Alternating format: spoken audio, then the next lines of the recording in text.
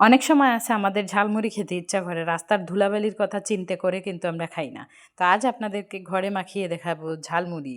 চলুন তাহলে দেখে নিই। এটা হলো কিন্তু স্পেশাল মশলাটা। আরেকদিন স্পেশাল মশলার রেসিপি শেয়ার করব। তো প্রথমে এই সব কিছু দেখিয়ে দিচ্ছি। এখন একটা বোল নিয়ে নিলাম, এর মধ্যে ধনিয়া পাতা, কাঁচামরিচ, লেবু সব কিছু নিয়ে নিলাম। নিয়ে হালকা একটু লবণ দিয়ে এটাকে একটু মাখিয়ে নিব।